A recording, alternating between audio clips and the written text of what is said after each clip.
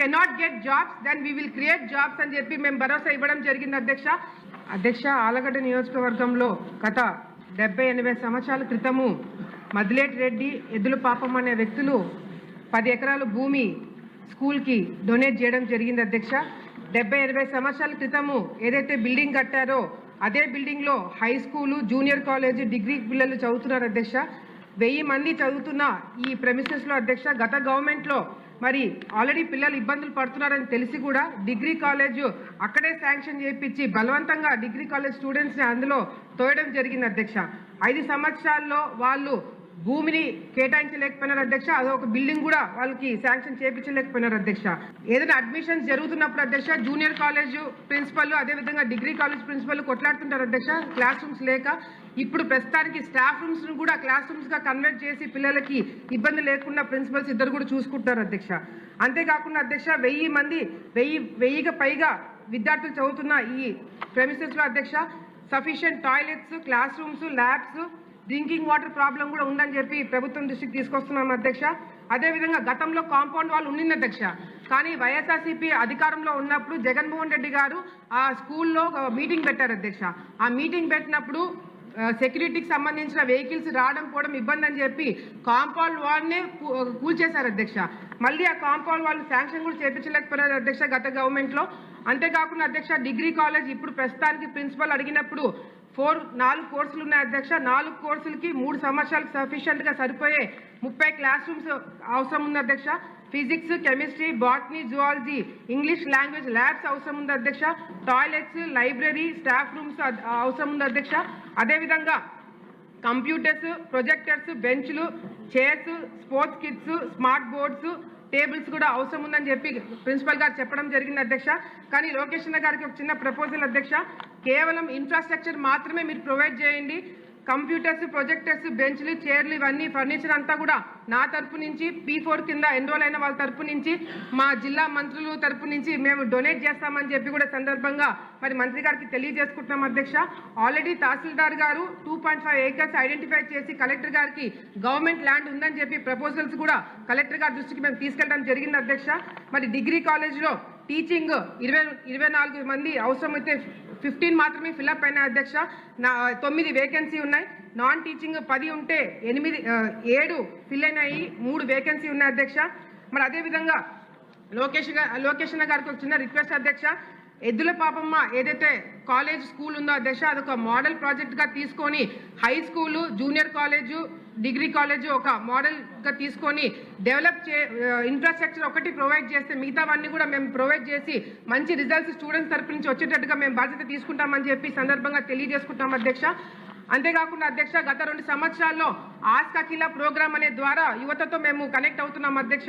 Students అందరూ కూడా మాకు యువత చెప్పింది మాకు సరైన ఉద్యోగాలు ఆలగడ్డలో మాకు కావాలి, సరైన కంపెనీస్ మాకు ఆలగడ్డలో తీసుకురావాలని చెప్పి వాళ్ళు అడగడం జరిగింది అధ్యక్ష.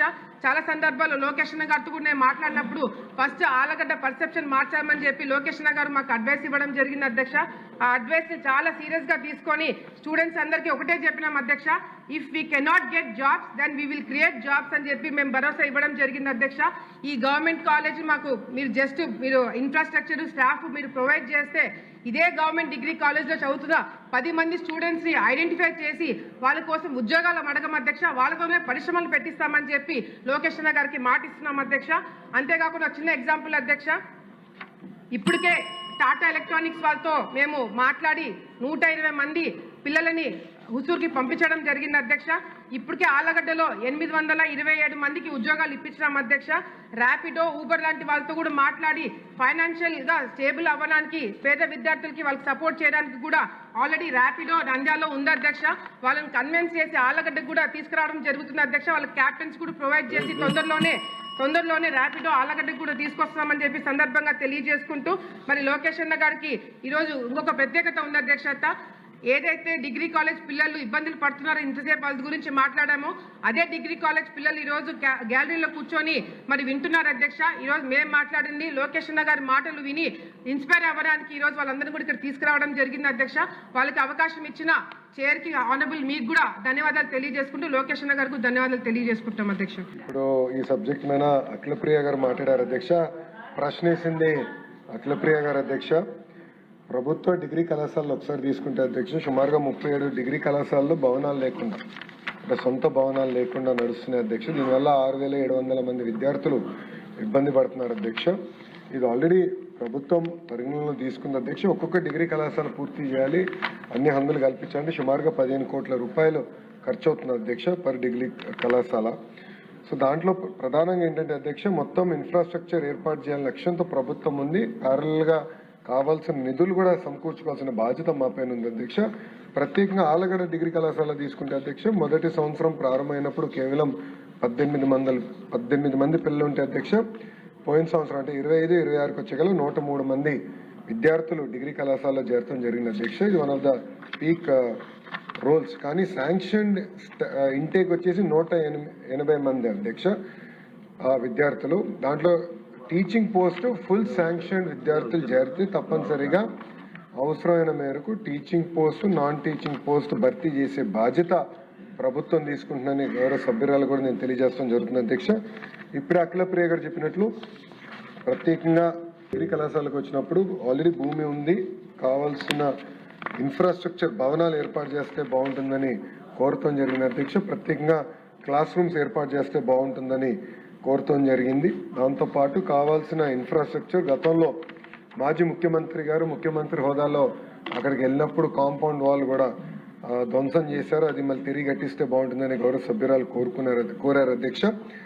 ఇప్పుడు అధ్యక్ష ప్రత్యేకంగా నేను ఈ మొత్తం ఎస్టిమేట్స్ చేసి తప్పనిసరిగా శాసకీ కింద టేకప్ చేసే బాధ్యత ప్రభుత్వం తీసుకుంటుందని గౌరవ సభ్యురాలకి నేను తెలియజేస్తాం జరుగుతుంది. సో గౌరవ సభ్యురాలు కోరినట్టు ఇన్ఫ్రాస్ట్రక్చర్ చేసే బాధ్యత మీ ప్రభుత్వం తీసుకుంటుంది.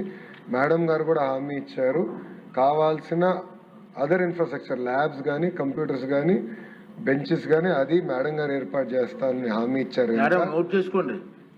లేదు అధ్యక్ష, మేడం గారు హామీ ఇచ్చారు కనుక చేయకపోతే కంటెంప్ట్ అవుతుంది. నేను అది మళ్ళీ ప్రివిలేజెస్ కి పంపిస్తాను అధ్యక్ష.